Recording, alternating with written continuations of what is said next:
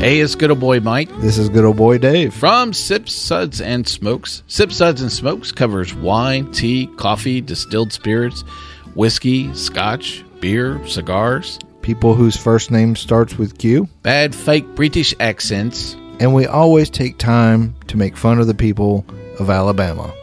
Banned once again. It's a 1-hour episode that's mildly entertaining for about 22 minutes. I think mildly would be a vast improvement. Well, we do have the only beer show with the Holy Man. We talk about these products and rate them with our unique rating system, like our Suds 5 rating.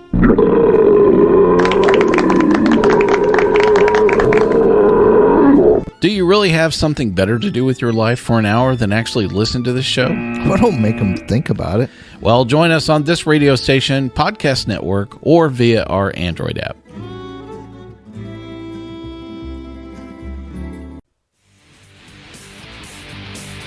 Hello, this is Rick from TC Paintball. You're listening to The Eric Zane Show, a show where the host makes the audience create intros, complains about them, and then refuses to play the correct ones. And now, because I'm required to, here's Eric Zane.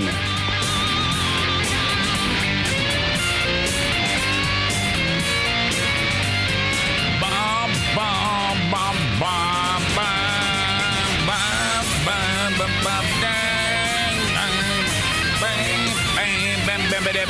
I look like shit. Face all puffy. I look like drunk.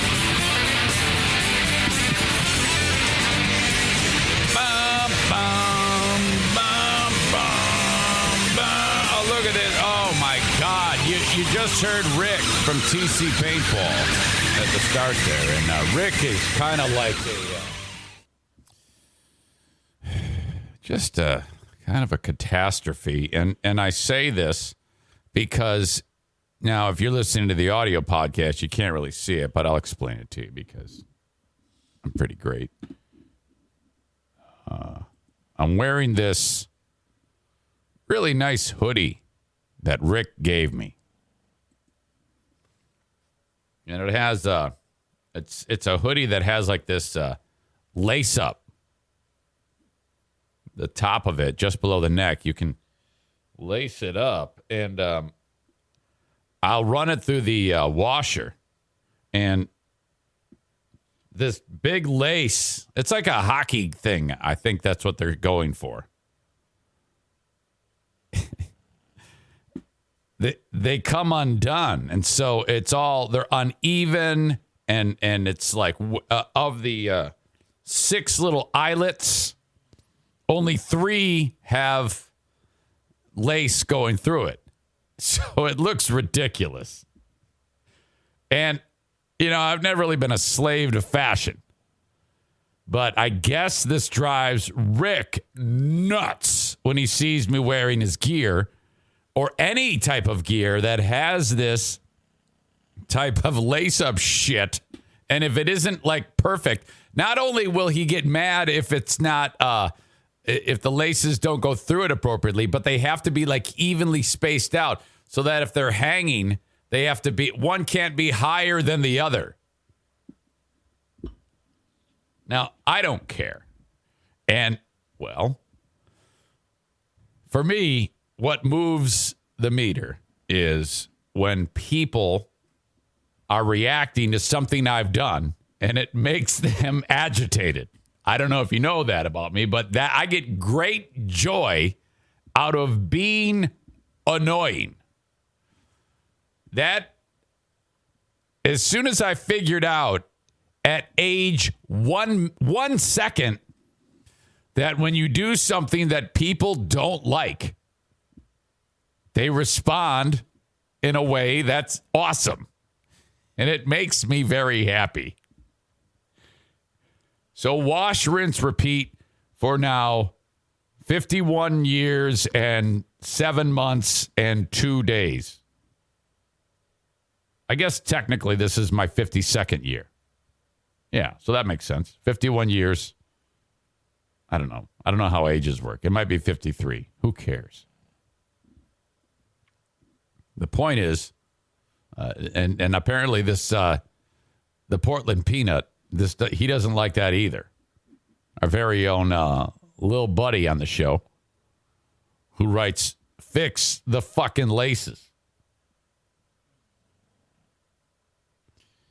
I think the idea of the whole storyline about being so thoroughly enamored with Patriot Nick and how teeny weeny he is going to continue for the rest of the week and beyond. I think he's stuck with that. I cannot tell you. My God, when I had that revelation that Nick was such a little fella, just a cutie patootie he is. Holy cow! And I think I'm taller than him. I really do. Now I know you're like, well, wait a minute, Zane, you're that little too. I know, but I don't ever realize it. Even if I look in the mirror, I am not little. The only time I think that I'm little is when I see like a video of myself. And then I'm like, gosh, God, you are a little shit. But when my eyes saw that adorable little pipsqueak on my porch, oh my God. The question, I wonder if he's furry like Saul, Saul is an elf because he's slight and he's teeny weeny. Nick is thick like a dwarf from Lord of the Rings. And plus, and Kate says right there, the beard. He's got that general ratty appearance to him, which, that he could, if there was a casting call for yet like a reboot of Lord of the Rings, they would see you and be like, oh my God, we don't even need CG for this guy. CGI. Because, he's already he's already that way. He's perfect. Holy shit.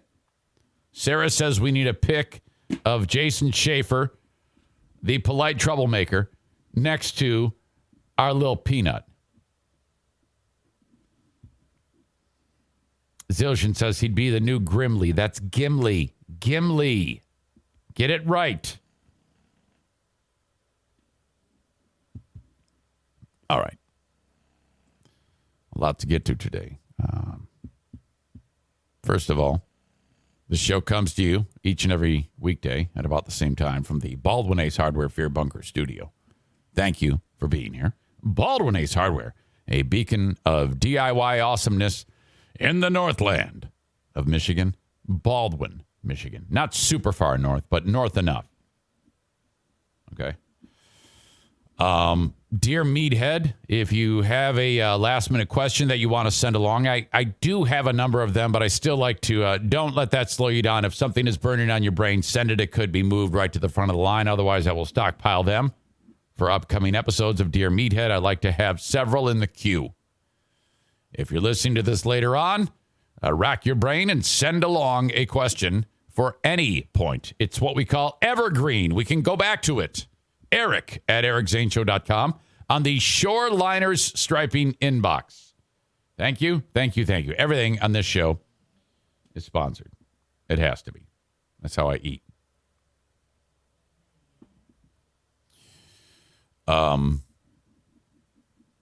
March 8th. Is going to be a great day. And you're like, what? What's going on? We're 29 days away from March 8th. And I am already looking forward to it. This comes back to what I said moments ago when I talked about how I love annoying people. Some would call it trolling them. Being a pain in the ass. 29 days from today at about 6 p.m. I'll be like, oh, thank God it's over. Did you guys know, and I haven't told you yet what the hell I'm talking about. Did you know that you cannot hope that a group of people congregating get bombed on Facebook. Are you aware of that? Did you know that if there was like a group of people and you said, I hope we bomb them, that will trigger some type of alert at Facebook Central? Yes, it happened again. 30 days in the hole. Ooh, 30 days in the hole. Banned again from Facebook. And I was doing so well. I think I'd gone several weeks without an incident. I'd been minding my P's and Q's, not swearing, trying to not be disrespectful. Yet I would be snarky, but I wasn't being disrespectful. And as you know, I like to post headlines and that enrage people and incite them. And yesterday was no exception. And it's always the same people, the same boneheads who get butthurt. And I just get joy out of it. I just love it. I post it, and then I let people jump in there, and then they fight amongst themselves about whatever it is that I posted. Sometimes it's everyone is against me, and that all makes me smile. I love it. That's what I'm doing. I'm intentionally doing that. So then when I write, I can share it with you. This is the post right here. This one. Magamum overdrive. Anti-vax truckers ruin world. Now, I know there's more to that story. Okay, I get it. But I also know that this is going to stir the pot. Of course I know there's more to it than that. Do I want these people to all get bombed? Yes. So I write Magamum overdrive, anti-vax truckers ruin world. Here's the story. And then a little plug for myself, some hashtags, picture of this hillbilly. Here's the link to the story. Not a ton of activity. Most people that when I have learned to just ignore me. So, there's usually horrible ratios.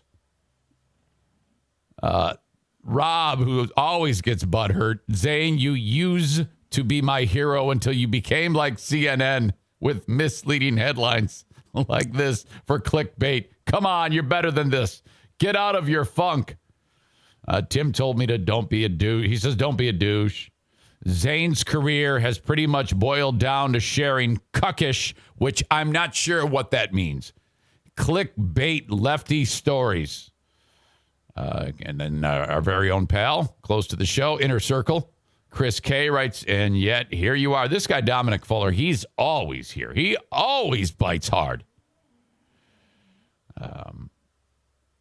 Okay, so no big deal. Jim starts getting into like serious debate, which I don't want to get into. It doesn't matter. It's stupid. And so this goes back and forth. Various links from stupid websites about the vaccine, and I'm not getting involved in that. I'm just talking about the stupid truckers that are fucking everything up for everybody.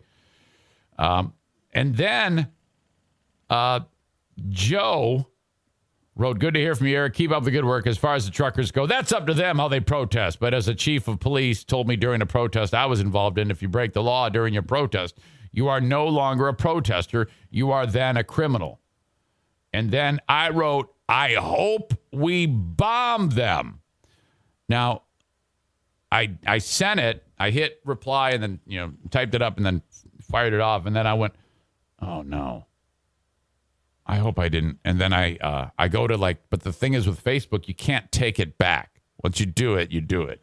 So I go to delete it knowing full well but I can't find it. It's not. I hit reply on Joe Harmer here and wrote that and then sent it and then it didn't show up. And I go, I think that went into the abyss. That went to the bad place. And went, here we go. Here we go. So then I put it down. And then a short time later, I opened up the phone. There's a big red exclamation point. And it says, "You have been banned for 30 days. 30 days in the hole." Wings Guy 71 says, "You can't say bomb on an airplane or Facebook, apparently. LOL. Okay. So I was like, oh, shit. So I figured I would go back in time. Eric Zane, account restricted. You click on restriction history. This is my 1, 2, 3, 4, 5, 6, 7th time? I thought I had 8. And if you look here, you see these are the details. Restriction history. The very first one was April 9th of the past year. And they send you, "We understand that mistakes happen, so we didn't restrict your account." What was the problem? I said to someone, what I'd like to do is kick your ass. They didn't like that. Problem. July 8th. I got 24 hours for this one. See why. This was a bullying maneuver on my part. I was referring to the dumb bitch that eats all the hot dogs. No shit. I've been doing this forever. I make one crack about a disgusting anorexic crack whore who can eat 50 hot dogs, and the world goes crazy. Because, I had made some jokes, and everybody was killing me over that because of this skank. That's what it was. I called her hot dog skank, and then everybody was like, "Oh my God, it's so terrible." July 30th, I got a 3-day, so 2 in that month. It went from warning, 24 hours, 3 days. See why? I think somebody was talking about Patreon, and I said, "Sign up, you cheap bitch." And it was actually like a playful give and take, but the algorithm doesn't see it that way. So again, I'm in the sin bin for 3 days with the red stop sign here. Oh no. September 3rd, 7 days. At this point, I'm like, okay, I'm thinking about Twitch at this point. I referred to someone, it was a discussion about COVID. And I think we were talking about uses of ivermectin. And being that it fights parasites, I said to some idiot, "A parasite is not a virus, you dumb ape." I was not referring to a black guy, don't worry. It was a white dude. I was calling a white dude a dumb ape, which is okay when you speak it. But if you say it on Facebook, you're in trouble. You dumb ape got me in trouble. Bullying for that one. Further in September, 30 days in the hole. I think this one officially threw me onto Twitch. I said to Jason Schaefer, "That's fine. I just thought you all might like to know I've had a feeling about him for some time. His liking the posts of trolls who bring me up being fired 6 years ago and other nonsense. Fuck that guy. If I ran into him, I'd strangle him. That's what did it." I was writing that in a comment on Zaniacs United. So fuck that guy. If I ran into him, I'd strangle him. Was it? No. 30 days. I remember I was walking out of Meijer when I made that comment. Then we had a nice period of nothing from September 12 to December 4. And then I got another 30 days. Furthermore, I wrote, Greg and Chris aren't exactly the type to confront anyone. We're talking about some serious beta males here. I'd have thrown him out when he busted out the stunts made him sad. Fuck him. But here, the interesting thing about this one, I was talking about Joe. I did the old asterisk. Asterisk UCK. I don't know. Did that do it? Or referring to those assholes as beta males? Did that do it? I don't know. But 30 days for that one. Holy shit. All right. So that happened. And then February 8th, that was yesterday. On that one, when I said, I want to bomb the truckers, I got, your post will be moved lower in feed for 59 days. So I got double. So that means after 30 days, I can't post for 30 days. And then for another 30 days, my post will be moved lower in feed. So I guess that means, like, if I post something, less people will see it. God. Yeah, it's coming. It's coming when this whole account is going to get wiped out. I better start building a new one now with like a different address, make it completely different. I better, and then telling you to go over to it, which it doesn't matter. I'm fucked. I can't get out of my own way. It's impossible. It's impossible to not react. They know full well that I'm going to fuck this up. It's coming. This year, I will be wiped out from Facebook. That makes the move to Twitch that much more important. Thank God that happened.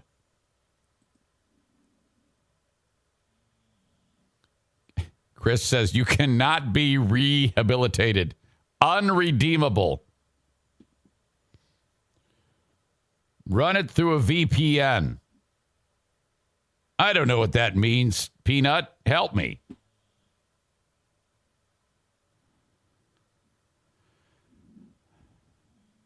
Holy shit. What was that about Jason Schaefer? I was talking to you. That was a comment when I was at war with Regis, who I'm not at war with right now. Regis had been stirring up trouble. And it was when I got in that big fight with him. Regis in New Jersey, Regis T. Well, there you go. Back to the drawing board. Back to the drawing board. You got to post with your main account and fight with your throwaway. Now, yeah, you're right. You're absolutely right. I know this. I know these things.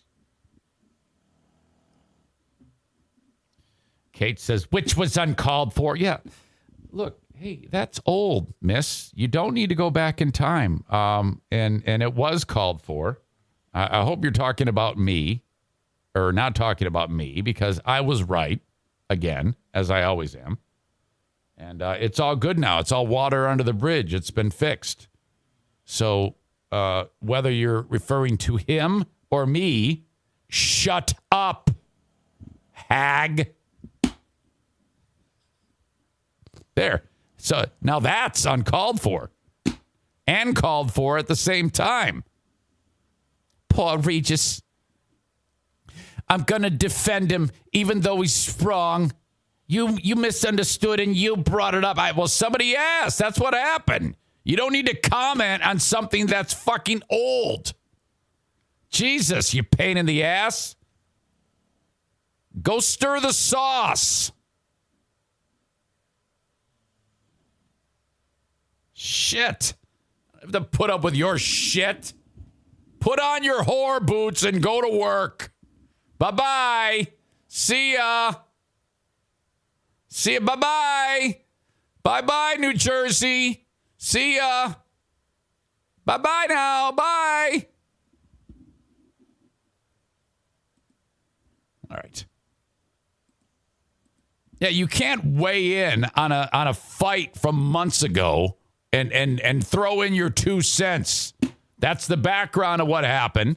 It was solved, and because of your dumb comment means you're making a comment, then, it's kind of reignited. This is all your fault, as is everything that flies out of the mouth of a female. Oh, no. Even I can't get behind that.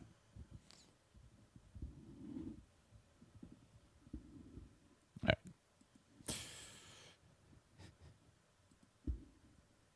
There you go. That's what's going on today. That's the start of the show. The open up. I am banned again for another extended period of time. And these strings are screwed up on my hoodie, and they're going to stay that way. Regardless, the show is on Twitch, twitch.com or twitch.tv/Eric Zane Live. Follow the page if you want to be yelled at. Twitch.tv/Eric Zane Live. Brought to you by Irvine's Auto Repair, Grand Rapids Hybrid, and EV. They also sponsor my Facebook page. This 29-day suspension, or 30-day suspension, 29 remaining, brought to you by Irvine's Auto Repair, Grand Rapids Hybrid, and EV. You can still like the page, though. I mean, my God, that's where I'm going to throw out my jabs at St. Gassman, who I have an update on St. Gassman. Oh, no. Oh, boy. I'll get to that in a second. Follow me on Twitter, at Eric Zane Show. That's where I will be doing all of my communication about sponsors and picking fights. And as I'm off Facebook for until March. Twitter brought to you by Blue Frost IT. And then the almighty YouTube. Eric Zane Show on YouTube. If you would, please search that out. Follow me, subscribe to the channel, and hit the bell notification thumbs up on anything I do. Thank you very much, so you know when I go live.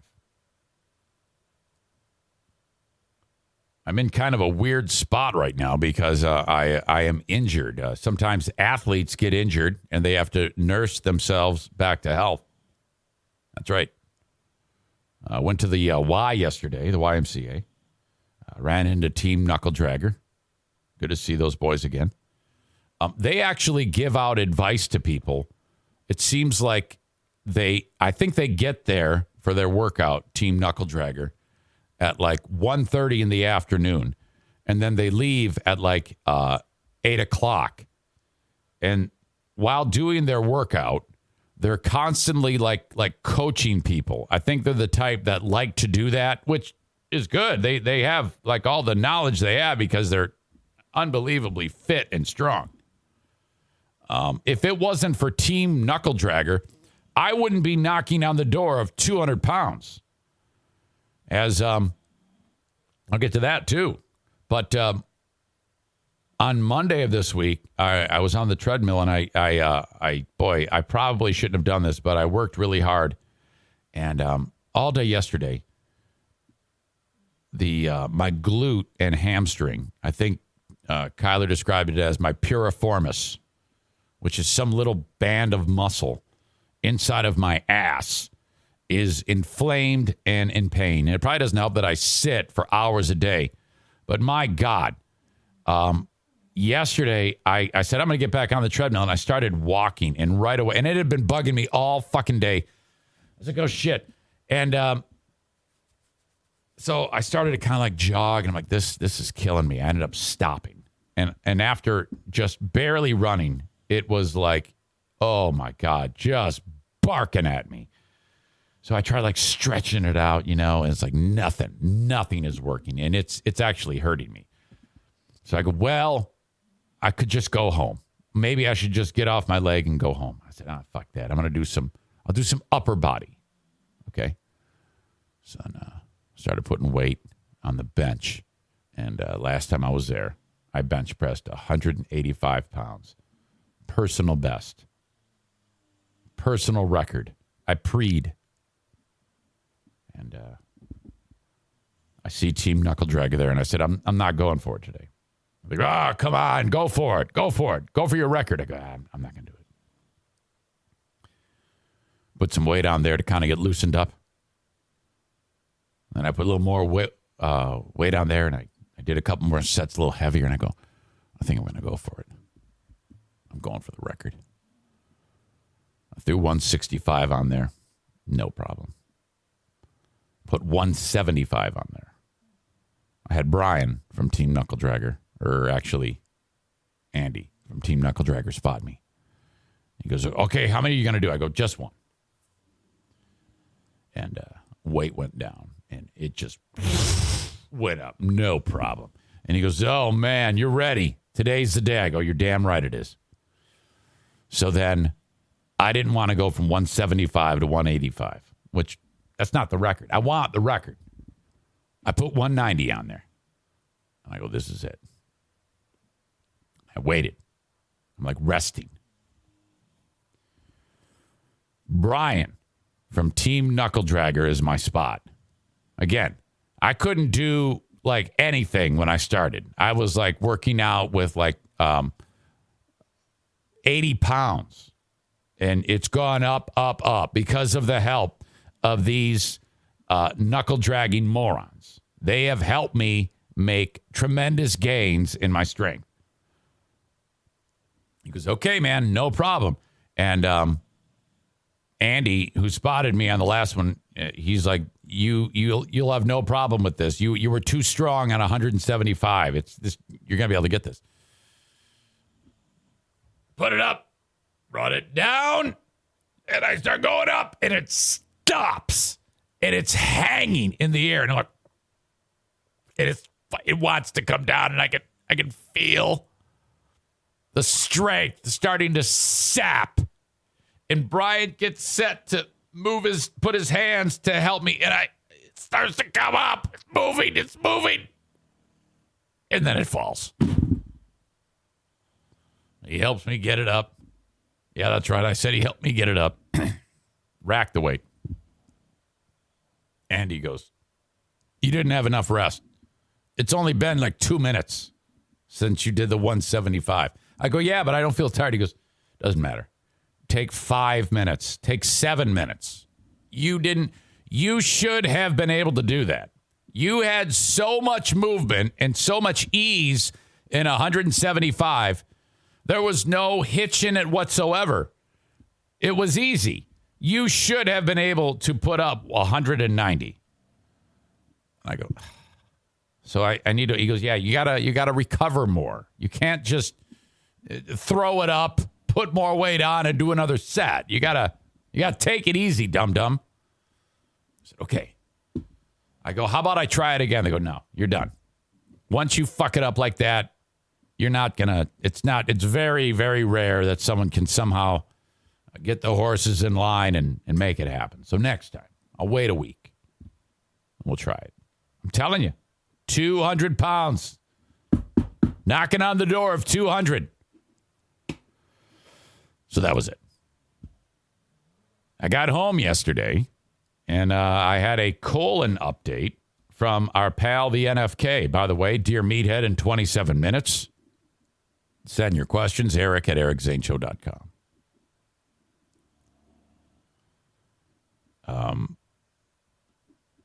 There was a prescribed laxative he had been taking. And this is important because it counters the constipating effects of the narcotics. And just barely works enough for the Hamsbeer shit cannon to go off. Well, we ran out of that.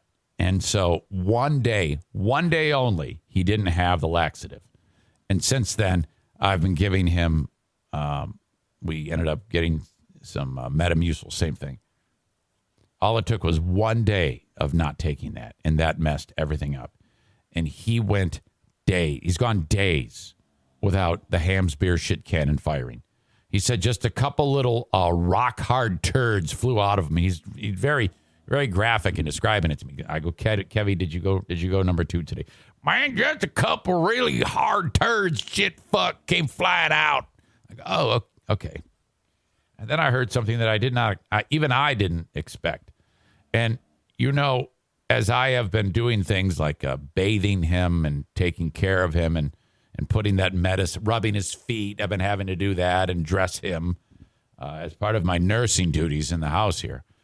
I don't know if he's getting used to me taking that brush and scrubbing his sack and ding dong and butt crack with that loofah.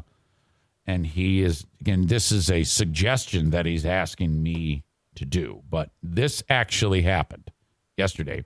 He's walking through the house, and Benny was downstairs. And I don't know what it is about the NFK and Benny, but Benny wants to kill him, or he's very scared of him, and he wants to bite him because he feels threatened. And I think Benny, the one-eyed wonder dog, thinks that the NFK is some kind of Terminator robot, and it has to do with the way he walks, which is loud. And now before he wouldn't try to bite him, but you take the way he walks, which is he doesn't move his knees when he walks. He looks like Frankenstein and a penguin combined. Penguinstein. And so Benny hated him then. You add into the fact that he has this neck brace on and a cane. I think he thinks he's some kind of demon robot because he keeps lunging at Kevy to attack him. And Kevin comes walking in, and Benny's down there, and Benny's is like, and I go, okay, come on, get upstairs. Didn't try to bite him that time, but he has tried to bite him. He's lunged at him. But that's not the point of this. Kevin, he sees me. He goes, I think I need someone. I swear to God, he said this. I think I need someone with a fat finger to stick it up my ass. What? What did you just say? He's suggesting someone jam their finger up his ass and pull out poop. Oh, my God. I think I need someone with a fat finger to jam up my ass. And I'm like, well, wait a minute. Are you suggesting me? Is that what's going on here? Holy fuck. Today, he dropped on me that he went. It finally success. So I got to keep it going. I got to make sure I don't forget the laxative. I wonder if Stu is delivering. I got a second. I wonder if Stu is delivering Dippin' Dots today. Hey, hang on a second. I got to set up your sound system. All right. Do you mind if I talk to you on the podcast? Yeah, go ahead. I got another 30 days yesterday. Oh, geez. What'd you do now? I suggest, have you been following that story about those truckers that are causing that big blockade? In Canada? Yeah. Yeah, a little bit. Well, they went and they shut down the Ambassador Bridge from Detroit to Canada. Okay. Yesterday. And I was talking about it on the show, and I had some suggestions about what we should do to them. And I voiced on the show that the first thing we should do is an airstrike and bomb the bridge. And then I suggested a blockade to starve them. That was another option. And I think there was another one where I forgot what other stupid thing I said. I think it was arrest them and take their trucks and give them to people. And then that would be the end of that. So, all right, that was fun. I enjoyed that. And then on Facebook, I posted, you know that movie based on a book by Stephen King called Maximum Overdrive? Yeah, the crazy truck. Yeah. My post, the headline said, Maximum Overdrive, and Anti-vax truckers ruin world. Uh-huh. And so that got, the usual suspects all pissed off, which is, oh my God, why? yeah, that's that whole thing, which you and I have seen dozens of times, and we love it. We love that, right? Oh yeah, it's fun. Well, somebody was talking shit, and I said, we need to bomb them. Uh-huh. And that was it. Facebook said, because I threatened that, we need to bomb them. I got 30 days. Wow. Yeah, because of your history. That's what it is. That's exactly what it is. And now they're making the punishment larger. They gave me 30 days, and when that expires, I've got another 30 days where no matter what I post, it's going to show up like last in a person's feed. Like 3 people are going to see it. Wow, that's interesting. Yeah, so it's coming. Now they're starting to add layers on it, because that's my 7th or 8th offense since April. You and I, we just can't stay out of trouble on Facebook. What do you think your number is? How many times have you gotten nicked? Boy, it's at least your number. I don't think it's that many since April, though. Okay. I've tried to be good, and then I just seemingly can't get out of my own way. Yeah, I'm the same way, because on this one in particular, because I've tried to be respectful, and I just said that, and I didn't think that was a big deal. But then after I sent it, I started to I wonder if, and then I looked, and the post never showed up. The reply, and then Facebook just fucking sneak attacks. Yeah, they shut it down, so I'm fucked. You're doing everything through Twitch now, right? Pretty much, but I still like the communication with people. My goal on Facebook is to enrage them. And it brings me so much joy when I do. And sure. I need to have that. I need to be able to call these people idiots and make fun of their intelligence. And yeah. The interaction's not the same on Twitter or Instagram, huh? No, I get nothing on there. I get nothing. I tell you what, I throw it up on Facebook, and man, I've had so many people wish death on me and want my children to be murdered. I mean, it brings me great joy. It makes me so happy. It's weird how people who wish you death and say you suck. I mean, I've seen it, but they continue to listen and participate. That's great. Yeah, I know. I think they're starting to get it, and they realize it's sport. Right. A little back and forth time of action. Stu, you have to be having some gigantic Super Bowl party this weekend at your residence. I'm guessing 50 to 100 A-listers, Stu? It's going to be me watching the game on my phone. on your phone, you say?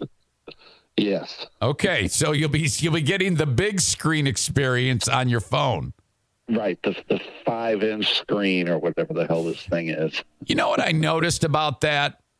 When a person is laying in bed and they hold the phone above them, your eye doesn't know that you're looking at a tiny screen. It can be as enveloping of an experience with the phone as it can be an IMAX screen based on the position of the phone. Sure. You know what I mean? Yeah. It's perfect. I get it. I watch TV so rarely now. I'm with you. I put it right on my fucking phone. Right. There you go. I don't have NBC. I've tried to use an antenna to get in the stuff, and it's just not working. And I don't want to pay for Peacock. You got to upgrade on Peacock to get the Super Bowl. So let me ask you this: are you is it so? How are you? What is the app that you're able to watch then? Yahoo Sports. For whatever reason, Yahoo Sports will play pretty much a good portion of the games you want to watch. When you talk about over-the-air TV, are you using rabbit ears? Yeah, I was trying to, and it hasn't been successful. It's here. shit. It's shit. But let me tell you something, Stu. Now, do you own that home? Yeah. Okay. We need to have an antenna building party. And I know it sounds ridiculous, Stu, but I actually have done this. I have built an antenna. Okay. And I'm talking about like 20 feet over your house. And you will be able to pull in stations from fucking Egypt. I bet. Yes. So we could do that. We could have a big get together. And one of us will get injured, or both of us, during all of this.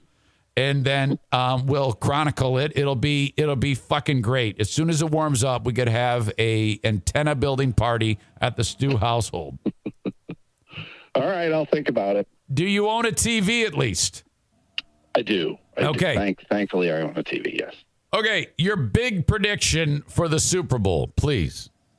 I am rooting for the Rams, but I think the Bengals are going to win 31-24. Really? So the upset. Yes. Do you like Matt Stafford? Yeah, I do. I'd like to see Matt get his, and that's why I'm rooting for the Rams. I just see the Bengals being a little much. Is there anything that is more Detroit Lions than getting rid of the quarterback, and in a year later, he's the Super Bowl champion? That is the biggest Detroit Lion thing ever. It's just all of their superstars have retired or just they quit, and so it's weird that a guy didn't quit, and now he's going to win the Super Bowl. The whole concept of we have had players that arguably are the best in history at their position. Yep. Calvin Johnson, Barry Sanders, Matt Stafford will be a Hall of Famer. And we suck dick. No playoff wins except for one, and that is just disgusting. You know? Yeah. I mean, so who do you look at? I mean, is it the owners? Are they just completely inept? Yes. It is. And I think that it remains to be seen whether that would be changing. I think that if they hired, when they hired the guy, Dan Campbell, they should have said to him, we want you to tell the world how much we suck dick, and you have permission to tell everybody that we are assholes. You know, we suck monster cock. And then and you have the permission to blame us, the Ford family, and you can make it up as you go. You can even say like it's because the Fords hate Jews or something like that, and then just go from there. You know. Historically, you're probably right. Yes, Henry Ford, he's a complete anti-Semite. He's an animal. Yeah. Okay, well, Stu, I appreciate that. I got your prediction. I've bounced the Facebook banning off of the wall. You're awesome. I'm sorry to hear that, man. It's Facebook is frustrating at best. It makes it less fun. That's true. Absolutely true. Okay. Well, you have a good day. Yeah, you're delivering the dots. Are you back into the other workforce now? Dots no more. I started the new job on Monday. So. Okay. Hold on. This call is not over. What are you at a desk? I am not at a desk. I kind of wish I was. Can you? Can you say what it is that you're doing? I'm going to hold off on it. Okay. It's a little weird. A lot of people have guns. I'll tell you in person. Okay. To you specifically. If people in the future, if they listen to the Elemento podcast, they haven't yet found this out, right? No. Yeah, I have not spoken about what it is on the Elemental podcast either, okay. So make sure you listen to the next one where he announces he's quit that job. Pretty soon, man. Pretty soon. I don't know what the date is on when Stu quits his new job, but it's probably pretty quick. How many W-2s arrived in the mail this year? I think I have 4. Okay. Big worm. Big worm. Okay, Stu, thank you. All right, brother. I'll talk to you later. I'll talk to you. Yes, you too. Holy shit. He's got a new job again. Schaefer says, is he a cop now? Big ice cream muscled him out of Dippin' Dots. I think he drives one of those armored money trucks. Stu's resume must be about 5 pages long at this point. You know, he has, what's crazy, Stu has a master's degree. He has a master's degree. He has more education than most of us here. It's absolutely fantastic. Oh, my God. Whew. Check him out, the LMNO podcast. I love Stu. Brucey, you got to get up there on your brother. Get up there. That dog is into, he cannot, okay, if you push him away, he just, as soon as you fall asleep, he gets right next to you. He's touching you, almost on top of you while you sleep. He has, and it's so annoying. But he has to sleep in the same, I mean, he actually sleeps in between us at, like, where my head is, okay? He's looking at me. His face is right there.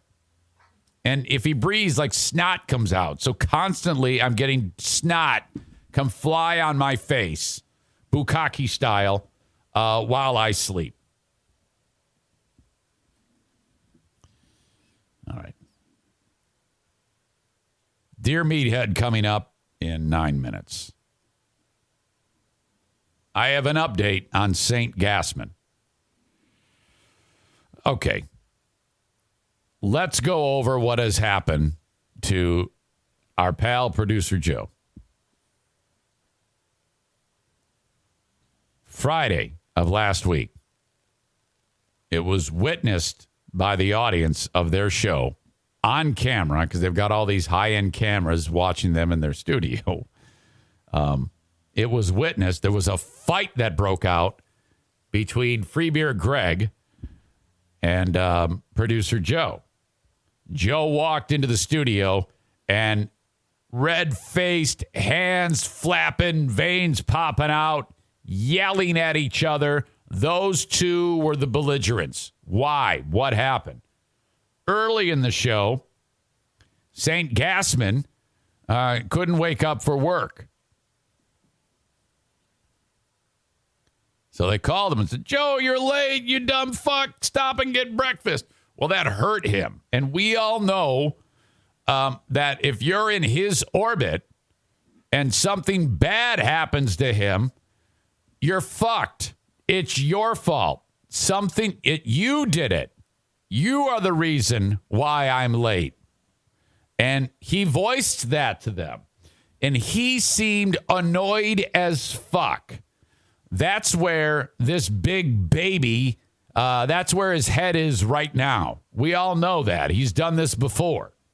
Everything that's happened to me is everyone's fault. The Chicago gangs, some girl I was dating, Eric Zane bullying me at work. These are all things that have caused all of my problems. His words, not mine. This fucker can't get up for work, and he gets hurt when they yell at him. Well, they didn't even yell at him. They're like, come on, get breakfast. And he's sitting there bitching, and then he hangs up the fucking phone like a child, shows up to work, gets in a fight, and then he walks out of the studio. The rest of the players on the show walk out of the studio. They go to best of so they can discuss this. And who knows what the fuck happened in the 30 minutes that they were away. But I don't think it was anything good, because Ding Dong's not there for the rest of the Friday show. Gone. So they limp through that mess. Friday comes and goes. Saturday, Sunday, Monday. Joe's not in the studio. He's on the phone, or he's piped in digitally or whatever. Yeah, I'm at home. I didn't feel good. Taking a COVID test. It should be fine, but I didn't feel comfortable coming in. All right, fine. I get that. But what the fuck about Friday? What happened Friday? And, of course, they're not going to say shit. Fuck no. They didn't say anything. So what happened with Friday? Well, if it's a COVID test now on Monday, surely the test is going to come back negative. And, or I should say, when it comes back negative, you're going to be into work surely on Tuesday. Ding Dong on his Instagram announces, yeah, I'm in the clear. No COVID. All right. Well, then I'm sure everybody's looking forward to hearing you on Tuesday. No. He's not there. Free Beer Greg, when you're in this scenario, the lack of transparency is questionable. It makes things odd. And your audience, Greg's so dumb, he doesn't even think that. He just thinks, okay, I'll just say, yeah, he's coming back. And no one will be the wiser. The scuttle on their Facebook and Reddit is remarkable. People are like, this is weird. This is odd. And then Greg announces, he's on a vacation. And then another time he voices, Joe not here. We're looking forward to him coming back soon. Quote, Joe not here. We're looking forward to him coming back soon. Okay, that's fucked. Okay, if you're a member of that fan group, that is weird shit. Something's going on. I expect he's making a long list of people that he's going to blame on his big cry fest that he has upon his return. So who knows?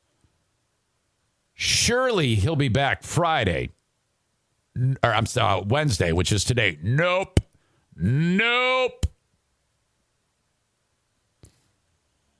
I'm telling you, if this goes down, I didn't even expect this quick of a prediction.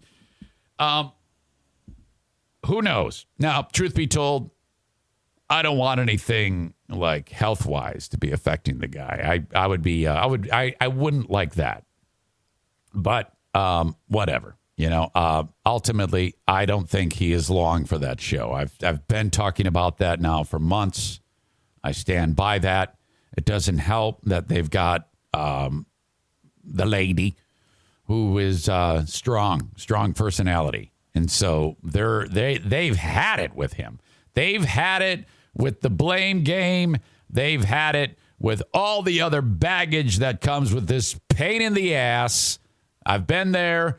They're worn out. They're going to turn on you, and you're going to get fucking fired. It's coming. Mark it down this year. Maybe sooner than later. It's over. Move on.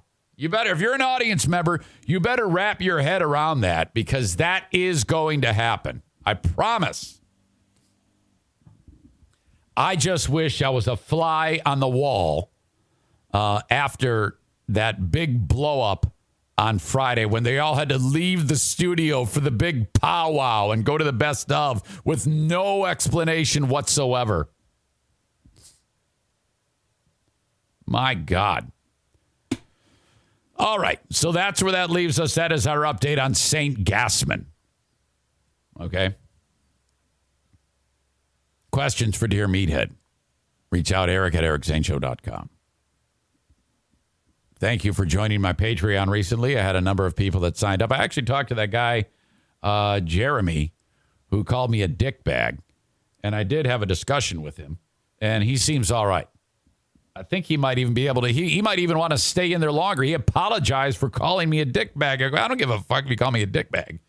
But what the fuck? I mean, what's going on? Patreon.com/Eric Zane. Patreon.com/Eric Zane. I do the daily Patreon bonus, which is an extension of this one. There's no ads. It's just me and you. And thank you for the cash to keep that thing going. It is, I put a lot into the Patreon. 15 hours a week of content. Patreon, patreon.com/Eric Zane. You all right over there, Brucey? You look like you're about to fall off. Here, I'll point the doggy cam at you. I can still do the doggy cam. I just haven't done it. Another Eric Zane Show podcast. Broken promise. The Open is brought to you by Irvine's Auto Repair, Grand Rapids Hybrid and EV. 616-532-6600. Irvines.com, and that's ERVines.com. Get your car fixed at Irvine's. Servicing domestic, Asian, European, EVs, hybrids. The best in the business. A trusted source to get your vehicle repaired. Irvine's Auto Repair, Grand Rapids Hybrid and EV. I've got a mortgage guy who can work magic for you. It is the Mario Flores Lakeshore team of Van Dyke Mortgage. if you've never had a mortgage, you might be like, well, I don't even have any credit. Forget bad credit, no credit, or bad credit, good credit, anything like that. I don't have any credit. I don't even exist. When you call Mario, tell him that, and he's going to say, all right, well, I've got a project for you. I'm going to get you on the radar. This is what you need to do. This is shit that they don't explain to you in school, which is remarkable. I never understood why they didn't explain how credit works in school. Maybe I missed that lesson. I don't know. Call Mario 231-332-6505. If you do have great credit, this is going to be a piece of cake for you. NMLS number 3035. Mortgage rates are still very, very low, but they are going to go up. The Mario Flores Lakeshore team of Van Dyke Mortgage, 231-332-6505. Joe Rogan apologist Rick from TC Paintball says reach out to him when you want to get in on some of that action at TC Paintball. Get a group together and head over to TC Paintball. Whether it be a group of bros, workplace team building, you just want to get together with friends, kids in the neighborhood, the dads and the moms get together with their kids, awesome. TCPaintballGR.com in Grand Rapids, Michigan. A wonderful source of entertainment is TC Paintball. Dear Meathead, brought to you by JM Synthetics.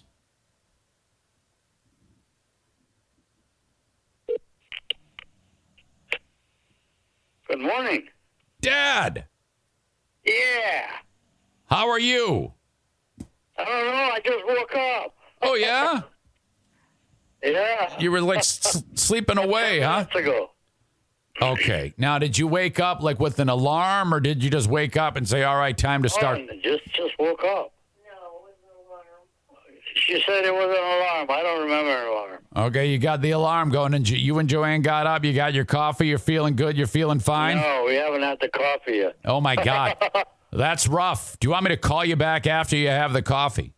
No, this is fine. Okay, Dad, I want you to tell everybody about the big project that you did when the driveway was iced over.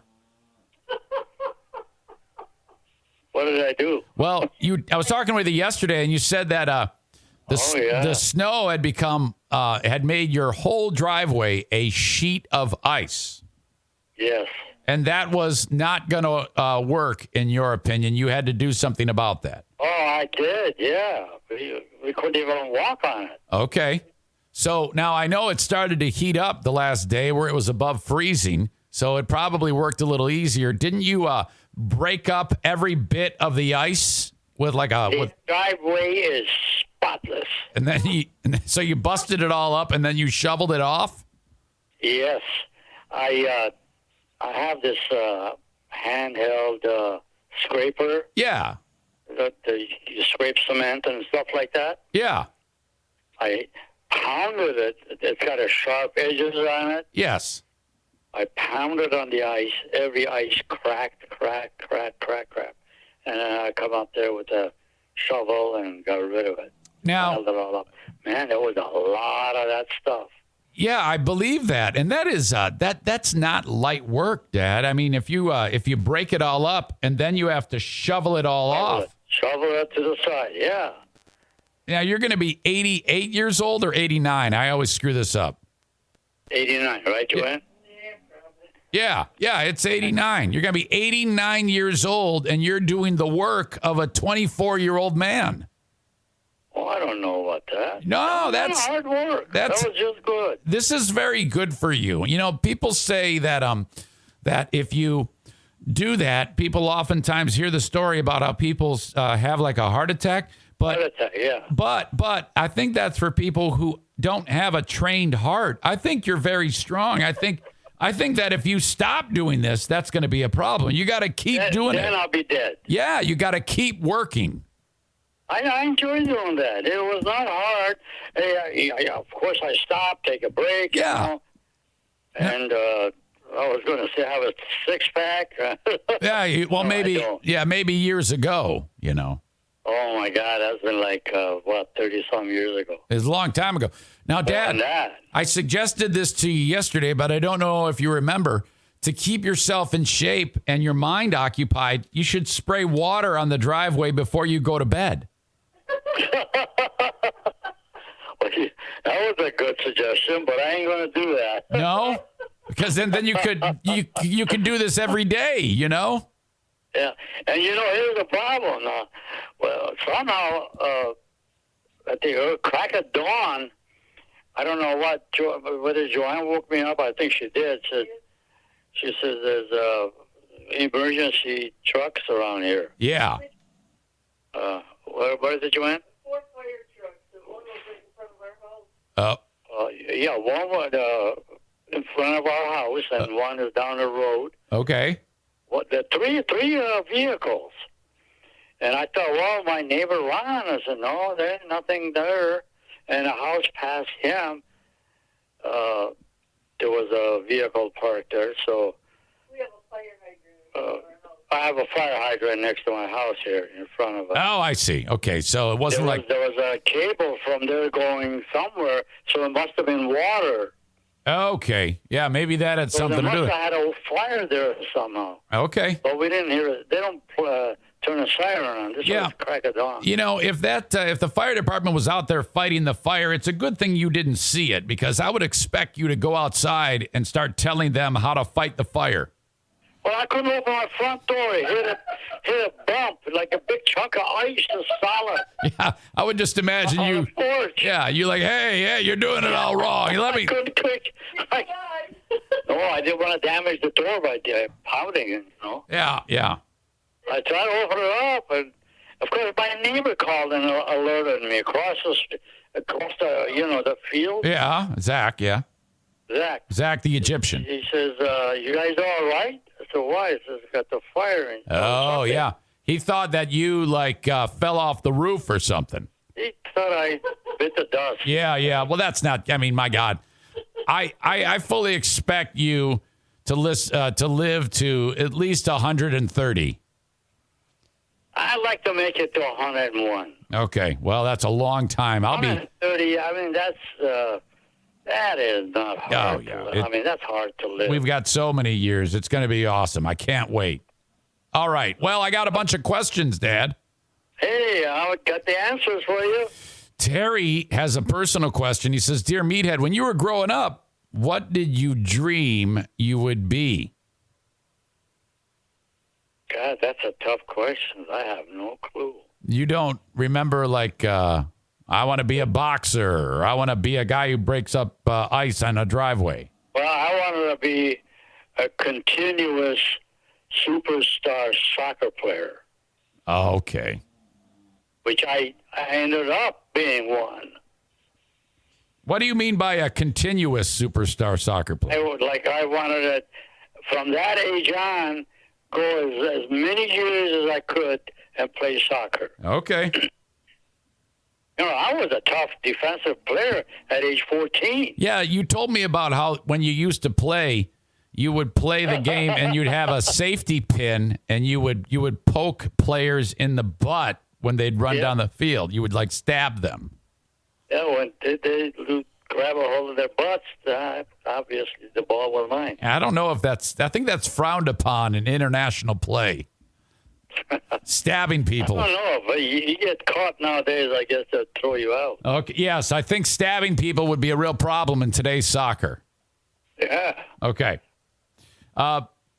Mike writes, "Dear Meathead, my friend was making himself a cake and mixing the ingredients. While whipping up the cake, he wondered what his batter would taste like. Then he asked, is it okay for him to taste his own batter, or should he save it for the oven where it belongs?" I mean, just to taste it, you don't take a gallon of it. You take a little spoonful, just right? take a little drip of it. Yeah, that's what he's. Don't hurt nothing. So it's okay. It's okay. Let's say the guy's name is Ben, and he admits that he likes to do that. That would be okay, right? I won't take a whole spoonful or so. Just you know what I mean by tasting. You take a dip in there and put it and go yum yum yum yum yum. You know. Yeah. Got it. But the raw dough, I don't know. Yeah, I think there's some material in there that you don't want in your mouth. No, you're right. All the material that's involved in there. Yeah, it'd be something. I don't think that's a cool idea. Yeah, I agree with you. Yeah, I think maybe better be safe than sorry and don't taste any of your own batter. My wife just said so. Joanne says, what is it, Joanne? Oh, well, I eat raw meat. Yeah. Just says, well, eat raw meat. Yeah, he might. Oh, man. Ground round raw is I know it. my super duper I know meal. that. Yeah, well, Ben might eat raw meat and then taste his own batter. So maybe he does both. Raw meat don't have a taste. Well, then why do you do that? It just appealing to me. Oh, boy. I don't know, man. Well, I can eat about a pound maybe at any sitting. Yes. Okay. Yeah, I know that. I know you just put a little salt on it and off you go. But you see, that is a makeup of my childhood, because that was a delicacy in our days. Yeah, I get it. My mother would make it, and then they take them. It was lamb, yeah, but beef is good. All right, I'm writing that down. Raw beef is the makeup of my childhood. It really is. And when they had them, when we had company, we'd make it up for the company. Oh, wow. So they just sit in there around the hunk of Just meat? eat, yeah. Like we just sit here and have a piece of cake. We'd have a piece of raw meat. So there's like blood coming off your face? No, there's no blood in there. No. No blood. It's totally pure beef. Well, I know, but raw is raw. I mean, wouldn't there be a little bit of blood on it? No. Okay. John writes, Dear Meathead, my daughter needed $100 to buy a textbook for college. And then the next day, she learned she was getting $250 back from the school. I wanted to put that money in the bank. She wanted to take $100 of that money to buy concert tickets. I told her she should pay me back for the school book, and that's not how money should be used. Did I do the right thing? Well, I don't know what the rules of family are of spending the money. Well, yeah, he suggested that he's paying for the daughter's school. And then the school awarded her out of the blue like a rebate or something like that. And dad was like, I want that check to help pay for school. And she's like, no, I want to use it to go buy things that I like. I don't know. I really hate to break a kid's heart for something they really want to do. I would think it would be good to give them the money. Give them the money. All right. I mean, I don't know what their finances are. I mean, if they're really struggling with things and that $100 would have made a big difference in them, well, that's a different story. Yeah. Well, I don't know. Kid is kid. They want to go to, I mean, look at the things that you did when you were growing up. All right, I'm writing this down. Kid is kid. And they gotta be, they gotta have some of this. And it seems to me like you've really softened up, because when I was growing up, if I bought a marshmallow, you'd erupt like a volcano. I don't remember doing that, but you said I did, so I must have done it. Well, but I don't think. Well, I mean, maybe I softened. I don't know. I saved up a few $1,000s from the paper route. And then I blew it all on dual exhaust. Yeah. I bought a 4-barrel carburetor and dual exhaust and put it on. You bought a bunch of junky clothes. No, I bought clothes. I needed to look fly, and I needed a fast car that made a lot of noise. So you're getting ready to go to school, to college. I know it, but I was trying to impress chicks. So I bought Adidas suits, a 4-barrel carburetor, and dual exhaust. Well, I must have been a tough father. I don't remember being tough. the rule was the rule, maybe. I don't know. See, my difference today and then is that if you negotiate with me, that's the way to go. So if I'd have Dad, I was going to do that. What do you think of this? All right. You know, Yeah, I really like to do that.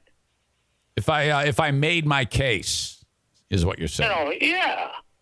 Okay. I think I would have let you do that with no problem, but you did it anyway. Dad, Dean has this question. First of all, just so if you're aware, have you been following the story about the Canadian trucks making the big blockade? Yes. Okay. Yes. I figured you would know that. Dean asks, what do you think about the Freedom Convoy in Canada? Because they don't want a mandate that makes them have to get vaccinated to travel in between U.S. and Canada. The truckers are like, we shouldn't have to do that if we don't want to. We don't want a mandate. So they're protesting. And then the Canadians are like, no, you need that. And then it's a big stalemate between the two. The thing that I don't understand, what's the purpose of that? Of the blockade? Yes. Well, Is it it's yes, they're doing it because they don't want to have to get the shot. All right, that I think a trucker is driving. The way this disease is working, in my estimation or mentality, if you're driving, you're not going to catch it from anybody. You got your windows closed and you're driving through. But getting out and dealing with the public, you're possibly contaminating people by dealing with people. Okay. And for that, I don't blame them. So yeah, do you? So what do you think about it? Do you think yay or nay? Should they do this blockade or should they? No, they shouldn't blockade it. If the driver is safety in his truck and he's not associating with anybody, he's not spreading any kind of disease. Okay, so they shouldn't have to get the shot, but at the same time, they also shouldn't be causing all this trouble. Is that what you're saying? No, they should have the shot. Oh, they should have the shot. Okay. Yeah. All right, but that they don't want it, and so they're not going to get it. And they do you think that this is a bad thing that they're causing all this disruption by parking their cars on the Ambassador Bridge? No, I think that's wrong. I think this is their livelihood. The driver is going to deliver something. He's not associating with any people. Face-to-face conversation. He wears a mask. He's done all the safety precautions. Okay, so I'm getting kind of a mixed message. Should they? No, they should not. They should not stop him from doing that. Okay, so go ahead and have the blockade. Yeah, no, don't have the blockade. Okay. Well, you said they should have the shot. Well, yeah, it's. Well, to have the shot, then you're all right. Well, that's why they're having the blockade. They don't want the shot, so they're being disruptive and causing issues. You know? I'm reading two lines now. Yeah, you see what I mean? So it's kind of like if they're not going to get the shot. That's what they're saying. No, they should. In order to cause trouble, they're parking their cars, their trucks on the Ambassador Bridge, which is causing a major headache. Yes. For. That's what people are having to do. Yeah, they got two lines. Oh no, you can't drive the big trucks in that tunnel. So I guess the big picture is, they are protesting the shot, so their transportation is grinding to a halt. Yeah, I think that's stupid. Okay. First of all, the shot is a safety for their own livelihood. They don't think that. They don't think that way. Health and all that. Truckers are stupid. They catch it, they're going to pass it on to someone else. That's a legitimate thing. Right. Truckers are kind of like trash people to begin with. So they really do. They acted like a bunch of thugs. Some of them. That's what they are. They all are. And they should just take their trucks from them. I think they're good people. I disagree with you that they all are. Okay. But they're intelligent people. No. But then again, their livelihood is not being messed with and they're stopping them, well, of course they get upset. Yeah. Okay, Dad. Let's see. Do you have a story that comes to mind about young Eric being a knucklehead? Signed, Travis from Clarksville, Michigan. I honestly don't have any knuckleheadness except you spending $2,000 in one day over clothing. Or when you played that game, you took that big frog out of somebody's porch. The scavenger hunt when I got arrested. Well, there you go. Arrested. Those are two great examples of, as you say, knuckleheadness. Yeah. Well, that was a dumb thing to do. Those were two high water marks, to be sure. I agree. I mean, with if that. somebody did that to me, I'd kick him in the butt. Right. If you could go back today and visit Iran, what would be the first person or place that you would want to see? Please embellish. Signed, Jonathan. I would like. You said a place or people. Well, person? yeah. If there was if you went back to Iran, is there a place? Yes. What would be the there's a first? place. I would like to see my old house that I grew up in. Because it was directly from a police department, and I met this American sergeant. Yeah. And I was like, 14 years old? 13, 14 years old. And then somehow I could put English language together. Whether it was my, I don't know how I got to talk English, but I could understand it, or I could express myself. I would always interpret. The police department always either come in and borrow napkins or cups for coffee and all this. So, yeah. Or all of these things. They borrow things from us. So they would ask me to go out there and talk to the Sergeant Robert Hall, for instance, and tell them what he wanted it. And these, the police department. Yeah, and these are Iranian police.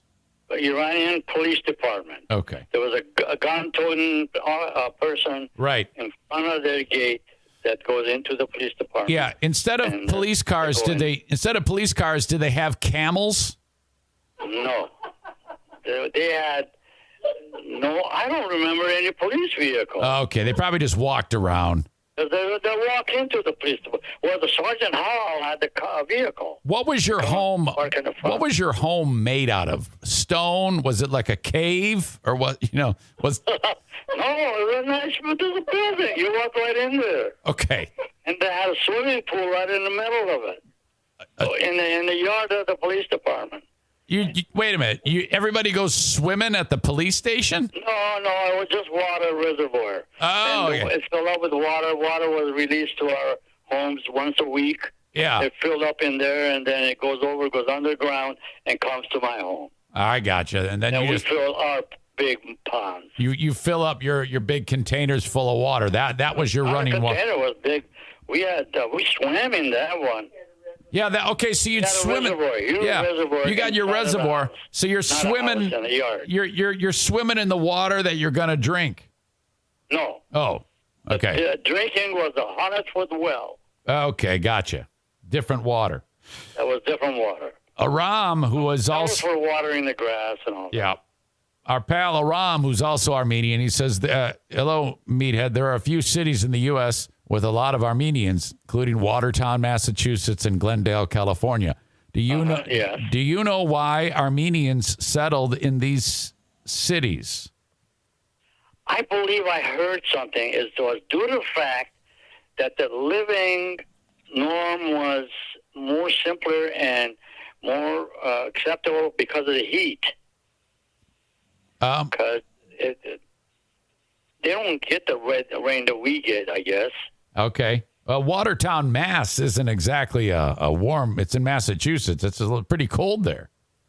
Yeah, but California is a warm state. Yeah, so there's that. But I don't know about Watertown, Mass. I guess I don't know. I've never heard why they just happened. I guess maybe a few went there and then word spread that was the place. For some reason, the Armenians decided that. The reason I think, in my own mind, is because the living conditions are simpler or easier to deal with than what we do here. Okay. All right. Well, there you go. That's the best I think we can do. I'll have to look that up. Right. Thank you, This Aram. person's name is Aram. His name is Aram, yes. Aram is an Armenian? Yes, he is half Armenian. He's like me. Yeah. Well, he speaks Armenian, obviously. I'm not sure. I just know his name is Aram, and one of his parents is Indian, like the country of India. And I'll make a statement, make a note to a word or something. You write it down, and we speak with him again. If you do, ask him. I don't think he speaks any Armenian or Farsi, but I'm not sure. Maybe he does. Forget it. Okay. Finally, Jonathan writes, "Hey, Jack, I enjoy going on activities and doing things that give me a big adrenaline rush. What should be my next big adrenaline rush? Like, for example, climbing a tall tree with a chainsaw or punching a politician. Please embellish." Cutting down a tree is my norm. Yeah, that's the big adrenaline rush. That's right. Punching nobody is going to be my norm. So. It was, but it's not. I punched somebody, but that was 100 years ago. Yeah. Oh, yeah, we know. I am a totally different person now. Yeah, you're very laid back. You're very laid back. But my youth years were different. You know what's interesting, though, Dad, is last summer when we got when Diana got the car stuck in the sand and that guy was giving us the business and you screamed at him and said, "I don't want to lecture." Remember that one? Yeah, I remember that. I thought you were getting ready to. I'm proud of you the way you handled that. I thought you were going to hit that guy. But the thing that worried me is when you've been nose to nose with him. Well, he had it he's coming. Got about 3-4 cronies. Oh yeah, he backed down though. That stick in my hand that I would have taken down a couple of guys. I know it, and that's why I knew you had my back. That you were going to take that stick and hit him with it. Cocked them, I'll tell you that. I tell you what, if they mess around with you physically, I know it. I'll be in there. Yep. Mike even lit up a smoke. He's like, "All right, let's smoke." All right. Okay, Dad. Well, I think that's it. I think that's it for this edition of Dear Meathead. Okay. All right. You have a great day. Yeah. Enjoy it, and think of me really seriously to how much more snow I got to shovel. Well, I know that you've got, with all the snow that you got there, you got to have some gigantic piles of snow on the grass. Oh, well, no. The way I spread them is in the entire side of the yard. Okay, so 3-year-olds spreading it all over. Have you started your? One of my great granddaughters. Oh, so one of the grandkids came over and was helping you melt snow? No, I was playing in the snow. Okay, because I know you like to melt the snow, which is you're the only person in the world that does that. No, I just shoveled it from whole driveway area into the yard. Okay. All right, Dad. Well, you guys are the best. I love you so much, okay? All right. Have a great one, and we'll talk to you maybe sooner or later. Okay, very good. All right. Love you, Joanne. Goodbye, people. I love you guys. Yes, you do. They love you, too. Bye. All right, bye-bye. Okay. The cake batter question. Fuck. If you don't know,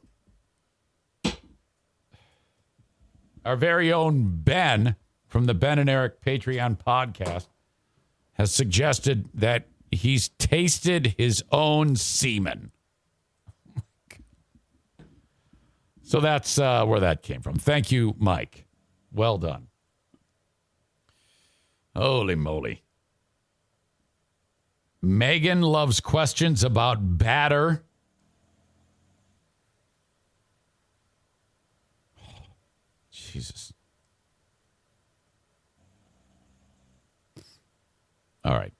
thank you to Jason Mays at JM Synthetics. On a serious note, our dear friend Jason Mays, he lost his father the other day. So, man, we're thinking about you. I am so, so sorry. I cannot imagine. God bless you and your family. And I pray for your comfort. So, so sorry. Rick from TC Paintball, he tipped me off. He goes, hey, and I go, yeah, I did know that. I spoke with Jason about it, but I haven't mentioned it on the show, so I will. So there you go. Okay. All right. Because we're all one big happy family and we take care of each other. That's what we do here. Speaking of family, Bennett Flooring Installation, Jacob and Jason, the cousins, teaming up to, well, my God, this is what I guarantee you will get. No small talk while they're working and a professional job installing your flooring. Not every installer does it this way. They do there because they want you to pay as little as possible, the cheapest way possible. And the cheapest way possible is to prepare your surface, rip up the old flooring, get the room ready the way you want it to. Buy your flooring ahead of time. I'll tell you where in a second. You have these guys come out, they measure the room, and they tell you exactly how much it's going to cost to put the new flooring in. And go ahead and get a few estimates if you want, but you're not going to beat them. In fact, I suggest doing with Bennett the same thing you do with Joe Martinez. Go ahead and get a couple estimates ahead of time, and then when the boys show up to measure, if by chance they're not under the other two, and they will be, but if by chance they're not, just let them know and say, hey, Eric Zane said you're going to beat this price. And they're going to go, that's a little trick. I like when that one comes true. 616-318-0167, BennettFlooringInstallation.com. You can follow them on Twitter at FlooringBennett. They like to show these before and after shots. Do you have any carpeting in your house? If you do, my next question is, do you have pets? And if you answered yes, then the flow chart says, well, then you have carpeting that is soaked with urine and feces. You do. Oh, no, that's never happened in my house. No, it has. It absolutely has. It's gross. I think it should be illegal for people who have pets to actually own carpet. I think that's where COVID came from. 616-318-0167. Put some flooring down there, not carpeting. Okay? Some vinyl plank, perhaps. Buy all of your flooring, new sponsor, different sponsor, at Johnson's Carpet One Floor and Home Discount Outlet. 2 stores, 1 umbrella. The main store, Johnson's Carpet One Floor and Home. It's like a showroom. Everything's fantastic, sweet. You come in, they get you a drink. You enjoy maybe like some candy as they take you through the different options on a computer. It's all fantastic. And that's like any other flooring place. But better because their people are better. That's awesome. Perfect. But what they've done is they have this enormous warehouse. Despite it being enormous, it could probably be twice as big. Okay? Zaniac Kent, drop the E, add a U, runs the discount outlet. That's where Johnson Carpet One Floor and Home owner Darwin sends all of his mass purchases. He gets in touch with the sellers, the manufacturers, and buys giant truckloads of different types of flooring. The most popular brands he knows they're going to sell. The manufacturers sell it to him cheaper because he's buying so much of it, and then you get the lower price. It's freaking classic. So the first stop is the discount outlet in Granville, Michigan, right by Little Caesars, right behind it on Chicago Drive. Go there and check out what's in. Bring like a truck or a minivan so you can bring the flooring home because you're going to walk out of there with flooring. Mention my name. You're going to save 10% on what is already the lowest price around anywhere, period. If by chance they don't have what you're looking for, then you go down the street to the main store. Buy it there. That's how it works.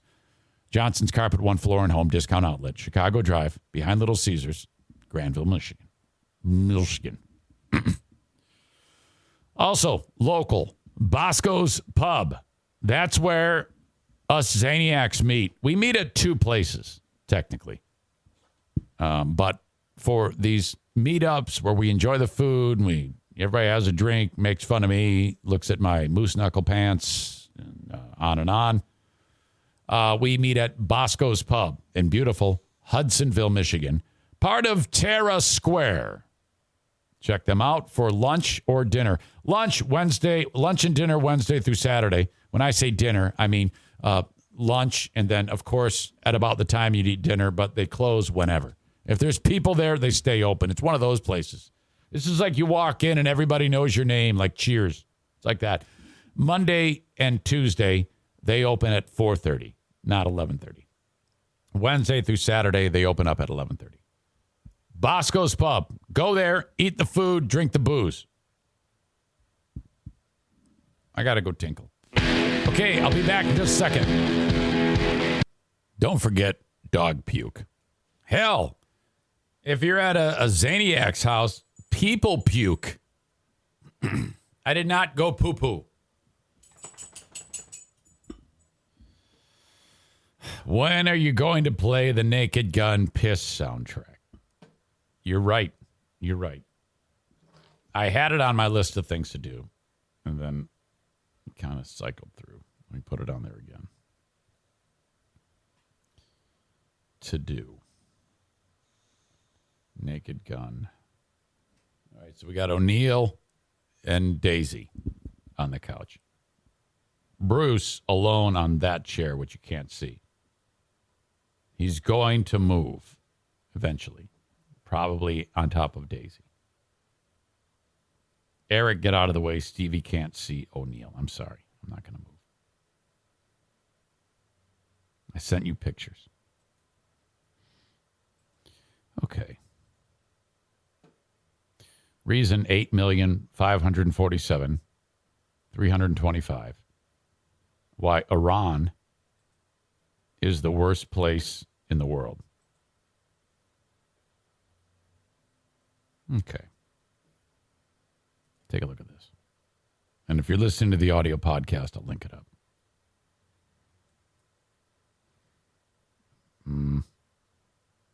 What's going on here? This is Sahad Haidari.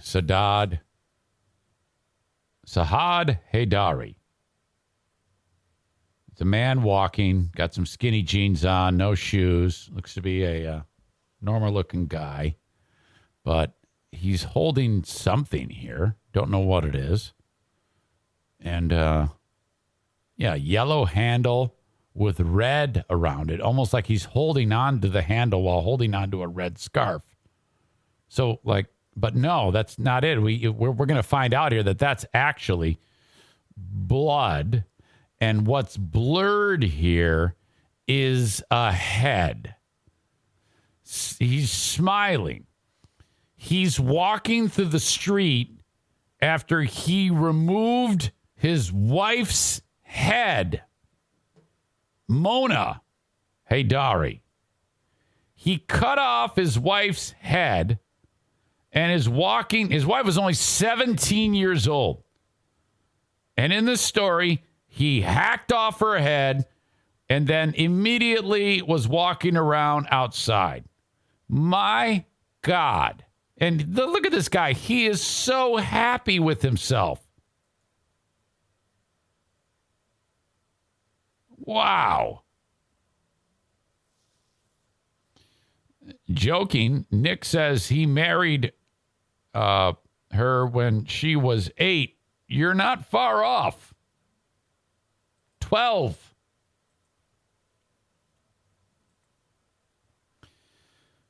What really baffles me about Iran is this guy, nothing's going to happen to this guy.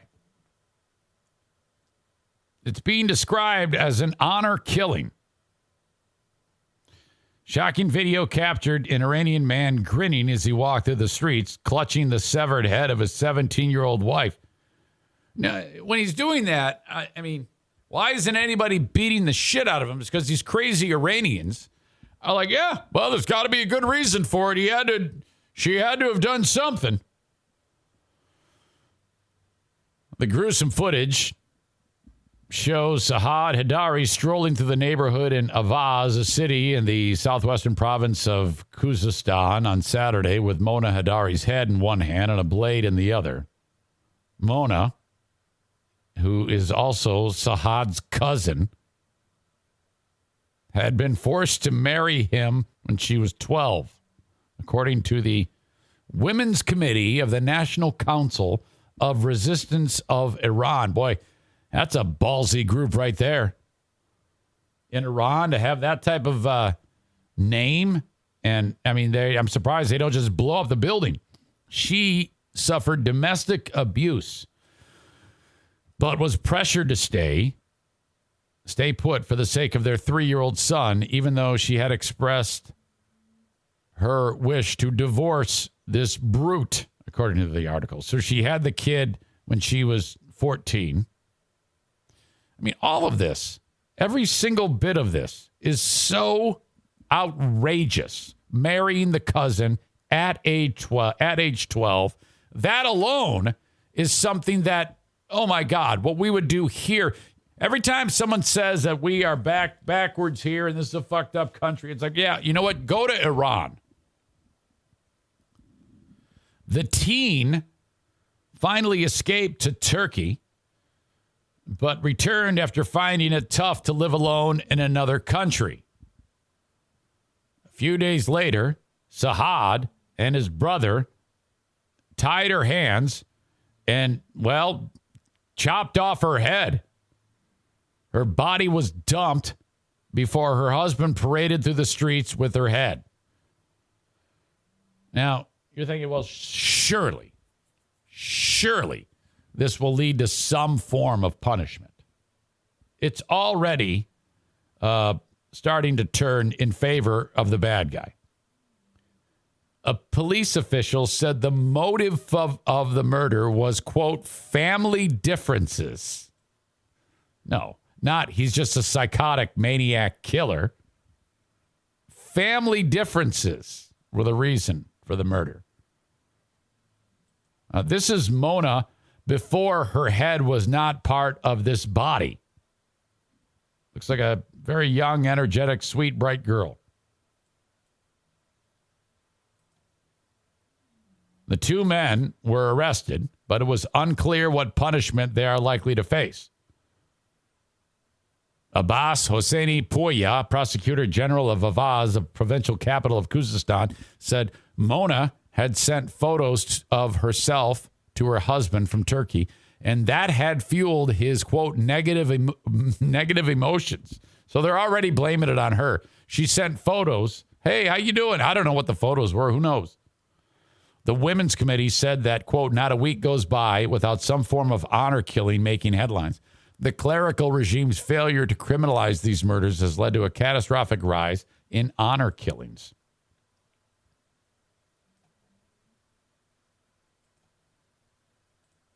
Here's our hero again. Look at this asshole. My God. It looks as normal as you and me, with the exception of this giant knife in his hand and, you know, his wife's head.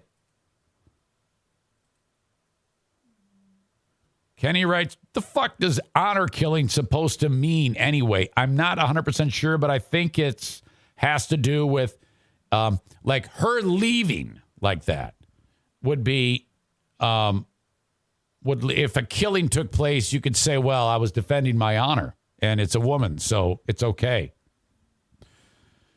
In a report published in 2019, the state-run Shark Daily, SHARQ Daily newspaper wrote that an annual average of 375 to 450 honor killings are recorded in Iran. The catastrophic rise in honor killings in Iran is rooted in misogyny and the patriarchal culture institutionalized in the laws and society.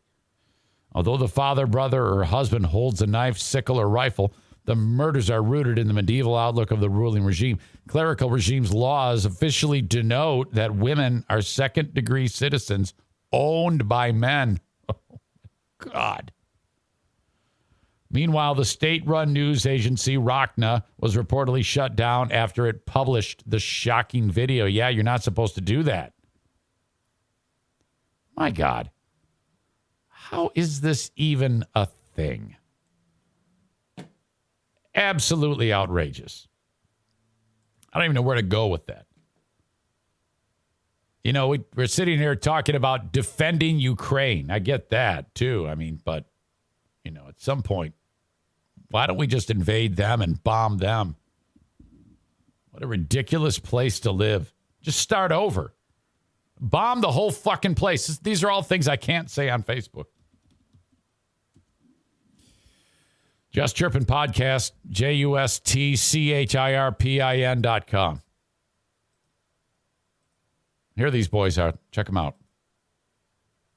JustChirpin.com. Dews, Bellinger, Stefan, and Chris. Chris doesn't even play hockey. Notice that on his jersey, these strings are appropriately laced, unlike mine. The podcast about life, hockey, and everything in between. Just a bunch of dusters that clearly have way too much time in our hands. We've been playing hockey with and against each other for years. Through competition, friendships were born and new adventures began. I think that means they give each other HJs. We're looking to share our stories and experiences with you in hopes to delivering an experience you will remember and share with others. Sounds like it's Threads podcast sprinkled in with hockey. Okay, what is this? Episode .i.xiv.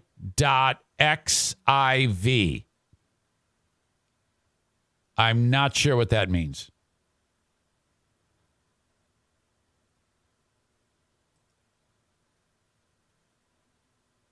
All right. Hang on a second here.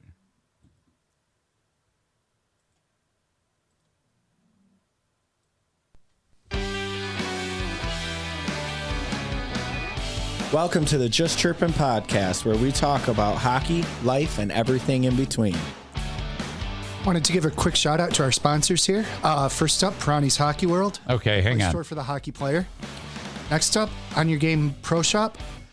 One mic's much louder than the other. You got to fix that. Skate detailing, tape, and accessories. Skates Pro Shop, skate, sticks, pucks, and more. And finally, the Edge Skating, Sharpening, and Detailing. Thank you to our sponsors and our listeners, and we hope that you guys will visit our sponsors. And speaking of sponsors, let's get to the... Might want to do a more natural fade there. You can't just Kyle fade it, you know? I mean, it's very abrupt and jarring. You don't want to do that. Giveaway. So we have a winner for the week before last week's giveaway. Okay, stop with the sing-songy. No one talks like that. Okay? No more sing-song talk. Okay. No, you don't want to do that. You sound like fuck. Which we'll announce here in a few minutes. So and 2 weeks ago? Yeah, it was about last week's. So last week's giveaway. So for the new giveaway this is from Perani's Hockey World, a little gift bag with some merch and some free skate sharpeners. What was that? We have... Was that a body that just fell? What happened there, guys? Last week. So last week's giveaway. Okay, so we have a winner for the week before last week's giveaway, which we'll announce here in a few minutes. So and 2 weeks ago? Yeah, it was about last week. So last week's giveaway. Okay, that's it. Those are my criticisms of the show. No more sing-songy. Work on the fade and fix your microphones so that one isn't 10 times louder than the other. Amanda says, when did Eric become a Who Are These Podcasts? Well, it's just for a second. And besides, it allows me to make fun of them. Already, Asshole of the Day nomination for traditional Iranians. Agreed. Okay. JustChirpin.com. These boys are spectacular. I love them so much, and I appreciate them being a sponsor of my show. So, yes, I have two other podcasts that are sponsoring my podcast. JustChirpin.com. Support their podcast. Thank you so much. Again, I'm just busting balls. Show's fine. You guys do a great job, even though I'm picking on you. It's bound to happen. It's bound to happen. An update on Alvin Kamara. This is the guy who running back, all-purpose back for the New Orleans Saints. Terrific. And he was at the Pro Bowl in Vegas, and afterwards went to a club. Some guy called one of his crew ugly, and they beat the shit out of him. Kamara was arrested, and he might spend a couple of years in jail or nothing. I mean, he's going to have a great lawyer. He's multimillionaire. The guy who got the shit beat out of him is, he posted the pictures of himself, and he suggested on his Instagram, I'm getting paid. So here you go. That's the dude. His name is Darnell Squirt Buck Green. That's his nickname, Squirt Buck. Interesting. This is what happened. He got the shit kicked out of him by this guy and 2 or 3 others. They stomped him in the head. This area of his eye here is broken. Like he broke his head.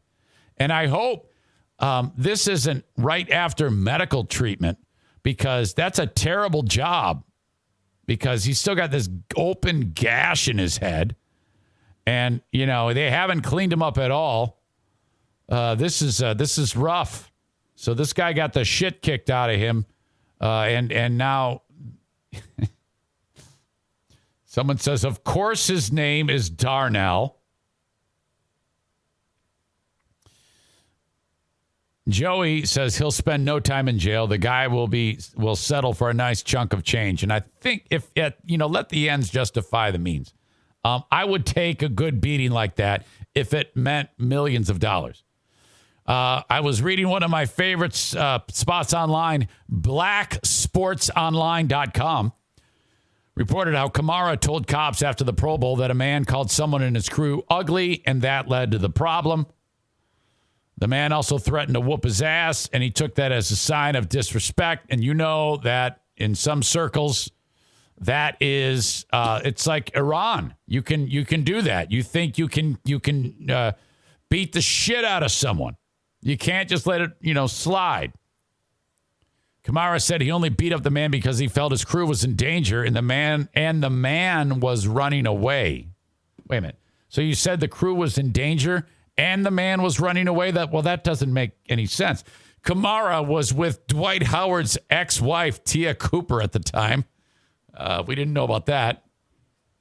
Darnell Green, Squirtback, has a different story. According to arrest documents obtained by the Times-Picayune New Orleans Advocate, the fight happened 6:30 in the morning at Cromwell Casino at Dreas After Dark Club. A man identified as Squirtback told officers he was Squirtbuck, that he was leaving the club. Is it Squirtbuck? Is it Squirtbuck or Squirt? Yeah, it is Squirtbuck. It's a little weird. Squirtbuck told officers he was leaving the club for the night and made his way to the elevators. While waiting for the elevators, he said he struck up a conversation with a group of people who were also waiting.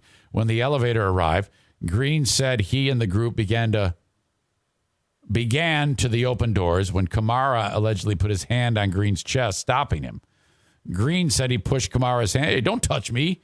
Hand off his chest. And then someone pushed him, causing him to stumble back.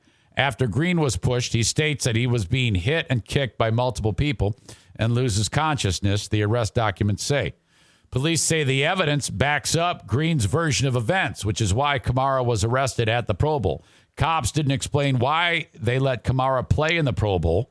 Oh, I thought this was after the Pro Bowl. No, when they had all the evidence by Saturday night. Meanwhile, Black Sports Online has tracked down Squirt Buck's Instagram page, where he goes by Squirt Buck. Mr. Green says he is the CEO of a party promoting management group called We Got Action Management. I'll say. He's been showing off his injuries on Instagram and all the news stories about Kamara being arrested. Flip the pages to check out his busted up face and him loving the attention. Oh, shit. Okay, so then it shows his face all busted up. And there's a news story. And I think on the Instagram post,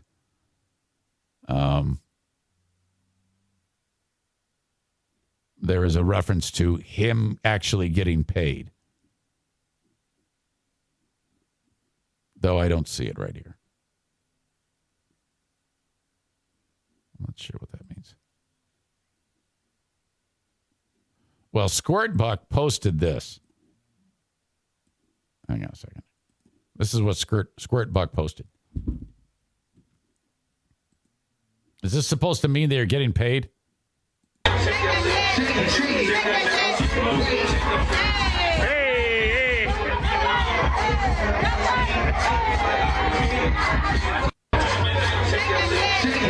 That's what I would do. If I just took a beating like that by a bunch of rich people, I'm absolutely going to go to my Squirt Buck Instagram page and post either a picture of me dancing or some person dancing. I don't know if that's a meme or that's actually Squirt Buck. But, I mean, we're talking. That's worth it. I would embrace that. Okay, let's say what happened is what Squirt Buck said. Just minding his own business, and someone attacked me like that for no reason. Knowing full well, if I then realized that rich people were beating the shit out of me, I would then call them racist names to try to get them to keep pounding me into oblivion. Okay? And then, knowing full well that the more you incense them with every blow, it's another $1 million. So you're going to say the worst things possible to try to get paid. Sound good? I mean, does that add up in your mind? Seriously, the amount of abuse that you get has a cash value to it. And I think that, it would all be worth it, considering you don't ever have to work again. Sure, you've got headaches for the rest of your life, and you're probably going to gun down your family with a shotgun as the CTE settles into your toes. But for the most part, you're golden, right? I mean, come on. So good luck to Squirt Buck there, and we'll keep following this. Holy shit.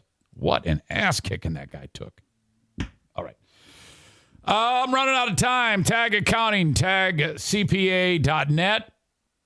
No matter where you are in the listening audience, I want you to consider having your taxes done from Tag CPA.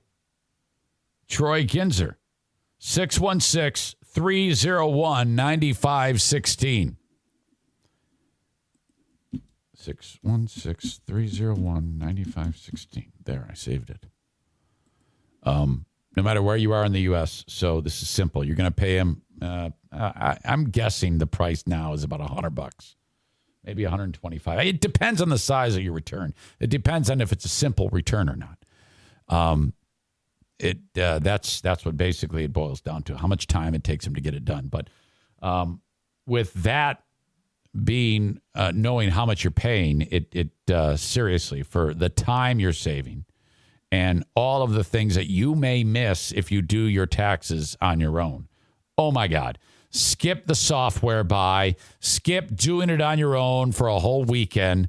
Okay? Skip going to see a stranger in a strip mall to have your taxes done. Anywhere in the U.S., upload all of your material via his online portal, and he's going to handle the rest. Call Barb or PJ, who are working in the office right now, 616-301-9516. Please mention me, okay? You've got all your W-2s by now. At least you should. You're gathering up all of your records like Stu McAllister and your 1099s, and you're coming up with your expenditures and things you spent money on in the name of business.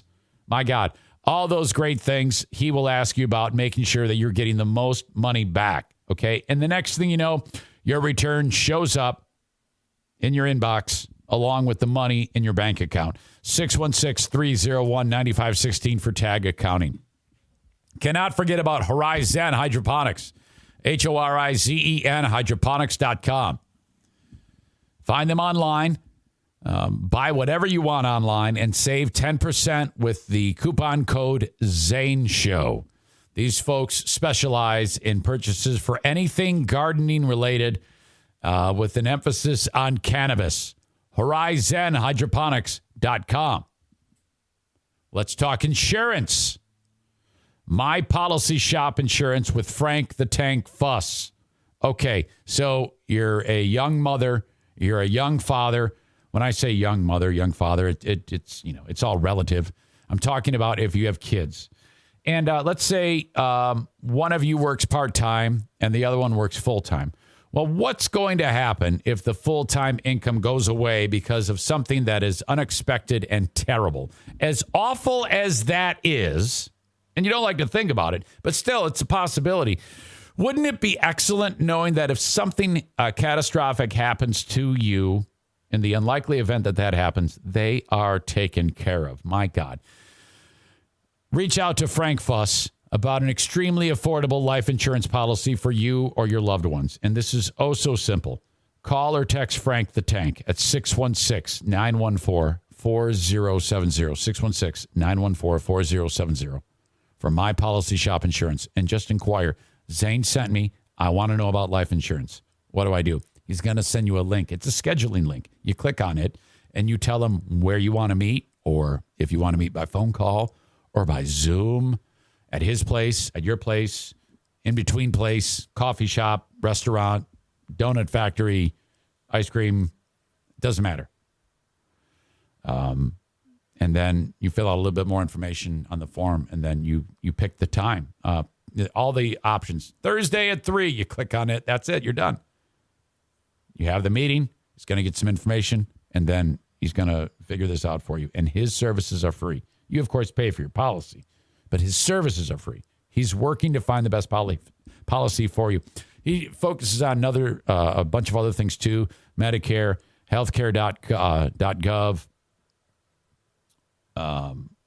What else? Oh, supplemental health insurance policies, but I don't want to talk about it here. 616-914-4070. A&E Heating and Cooling online at aeheatingcooling.com. 616-516-8579 for A&E Heating and Cooling. Thank you so much. If you need an after-hours service call or scheduled maintenance or just a tune-up, A&E Heating and Cooling, 616-516-8579. And finally, dumpster divers. My God. Kyle will join us.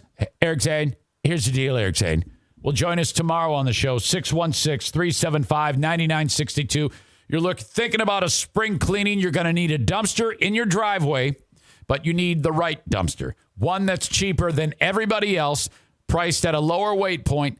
You will pay less for a dumpster diver's dumpster, because I'm telling you, if you get it from the other guys, you can throw as much shit you want into that dumpster, and you're still not going to meet the weight limit that you're paying for. Don't do that. 616-375-9962 for dumpster divers. Thank you very much. Kyle will join us, Eric Zane, tomorrow on the show. The asshole of the day, the asshole of the day. Who's going to be the asshole of the day? Could it be me for yet another Facebook ban? Could it be Facebook for giving me a Facebook ban? I don't know about that.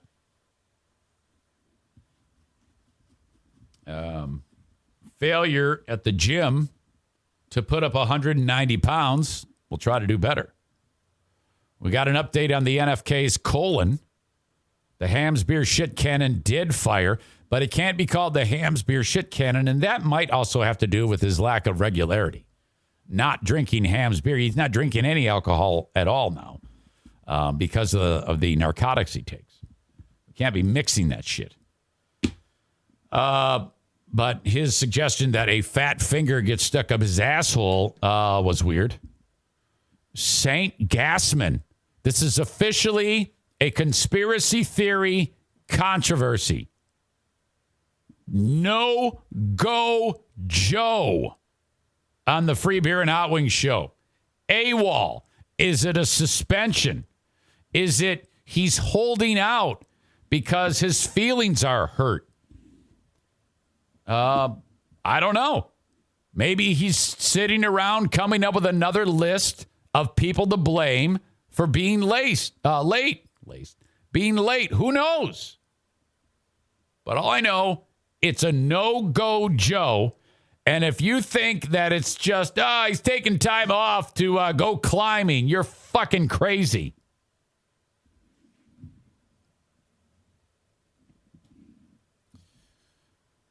Dear Meathead, Stu McAllister joined us. Dad likes breaking up ice. Stu, yet another job. Yet another reason why Iran is the worst place in the world. Alvin, Kamara, Just Chirpin' Podcast. Cole is kind of a patriot in Colorado Springs. He doesn't like Justin Trudeau. Well, you're going to have to give me more than that. Chris suggests Joe is in rehab. You know, I thought about it. Maybe the reason why he got late was because he was piss drunk again. That's been my first question that I've wanted to ask Joe. Are you drinking right now? Ladies and gentlemen, Canadian Twitch guru number 1, Don Collins, is in the house. Don, he does have a dog in the fight with Canadian Prime Minister Justin Trudeau.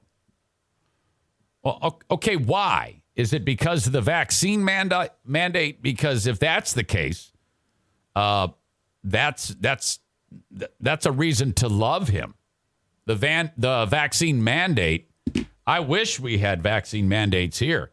I wish that at all of our homes there was like a digital checkpoint that you had to show a proof that you do not have COVID before you take one step out of your house. And I wish we had installed on our vehicles the same device so that we would not spread this deadly disease anymore. So I don't know if I'm going to buy that. I think Justin Trudeau is an amazing leader. Donnie says, no, for not talking to the people. Hiding Trudeau is hiding all the time. Whatever. I guess I don't know enough about it. Don, I can't express enough how wonderful this relationship is working out. Let me just say this. Don reached out to me years ago when I was days into podcasting and suggested I do the Twitch thing. Now, truth be told, I was not capable of doing that. He wanted a couple hours. He actually wanted 3 hours every day. Don, his job is to get shows like mine on Twitch. He's contracted by the big boss, Amazon. That's his job. Headhunt. Get shows. He thought mine might work. I said, nope, I'm not doing it. I can't do it. Okay? And I was right. I couldn't do it at the time. Then when I started to get banned on Facebook for being an asshole, I had talked with Don a couple times in the course of 3 years leading up to that moment in September when I said, all right, let's do it. So I kept the door open. And I said, hey, are you ready? Can I do this now? I still can't do 3 hours, but I can give you 2 hours, 2 hours plus every day. He goes, well, yeah, we've softened that. It doesn't have to be 3 hours. It only has to be a few days a week. I go, well, I do 5 days a week. And he goes, all right, yeah, let's do it. And that was it, man. That happened quickly. So Don is the brain trust behind all of this. He's helped me immensely. And you know what else is excellent? I started out since the initial push of like 260 people that signed up on Twitch to follow my page on Twitch, twitch.tv/Eric Zane Live. We're at about 380 right now. And I know it's slow, but it's consistent. I get more every single day, just a 2 or 3. And I'm not fucking jumping with gigantic leaps, but it doesn't have to be. It just has to be consistent. So let me just tell you this. If you're listening to the audio podcast later in the day, or you're here for the first time, we're at twitch.tv/Eric Zane Live, where that little tray is with the heart. Hit follow there. Click that and leave it there. And don't ever unfollow it. And if you want to watch the show live at 8 a.m. Eastern time every day, that's what you do. Now, this is super important, because if I average 75 viewers for every show for a whole month, and I'm not there yet. Hell, I only a few times I've gotten over 60. But it's coming. If I average over 75, I become what's known as a partner. And that's huge. This helps me in monetary ways. It already helps in monetary ways, but this is even better. Right now, I'm just what's known as an affiliate, which is cool, but I want to be a partner. So I would even suggest following, subscribing with Twitch Prime, which is part of your Amazon Prime account, which means you get the show without commercial interruption. You get to use the Bitmojis and shit like that. And that's free if you have an Amazon Prime account, or you can sign up for $5 if you want. It's up to you. But in the morning, put Twitch on and leave it on. I don't even care if you don't watch a fucking thing. Just put it on there. That helps me like you wouldn't believe. So that will even quicker make me a Twitch partner, which is what I want. So in the morning, 8 a.m. Eastern time, put me on Twitch. And I don't care if it's on your desktop, your laptop, whatever it may be, your phone. Do it. Leave it on there. That helps. I get that average above 75, and we're crushing it. Holy shit. More money for the podcast, more money for dogs, more money for roof overhead, all, you know. And what's beautiful about this is I can be as patient as I want to be, because you put me on the map by paying me on Patreon. You support my sponsors. I sell the sponsors. So there's not really a ton of pressure, you know. If it happens, it happens. I can be patient with it, but that's the key way how this goes on Twitch. That's how the whole thing operates. So, iWake616 says you need to do more TikToks to get with the times. But I don't know, man. I can barely wipe my ass. You need YouTube clips to grow. Got to work on those algorithms. Yeah, I get that, but YouTube doesn't pay me like Twitch pays me. Twitch pays me. I'm worried about one thing and one thing only, Twitch. Everything else can suck my ass. You want the show, you get it on Twitch. It's always going to be here.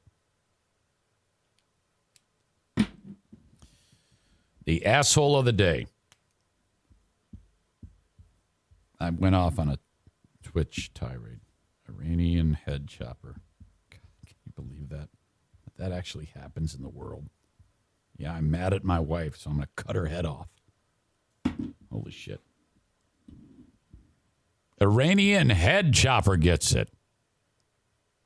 That's your asshole of the day. It has to be. Joey Williamson says, I honestly am surprised you haven't been banned from Facebook permanently. Well, if I keep getting these bans, it will happen.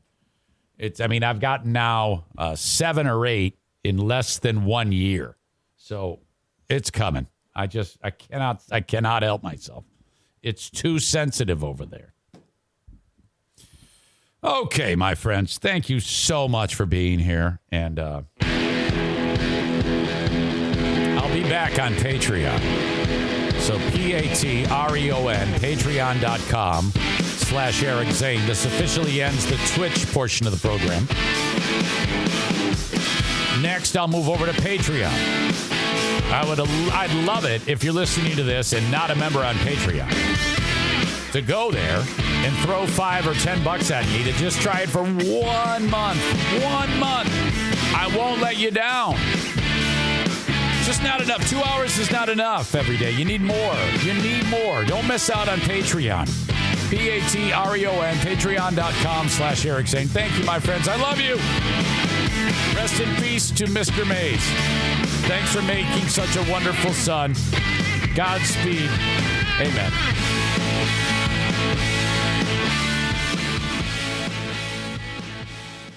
Becoming a magician takes thousands of hours. Right, Ashley? Oh, I'm not a magician. I'm a design specialist at the Container Store. But you transform closets and pantries. Well, I turn your most frustrating spaces into ones you love. With a magic wand? With Alpha, our customizable, adjustable, and affordable shelving and drawer system. The amazing Ashley! Making daily frustration disappear. Just doing my job. Hurry, you only have until February 13th to save 20% when you purchase $500 in Alpha. Get started with your free design at the Container Store today.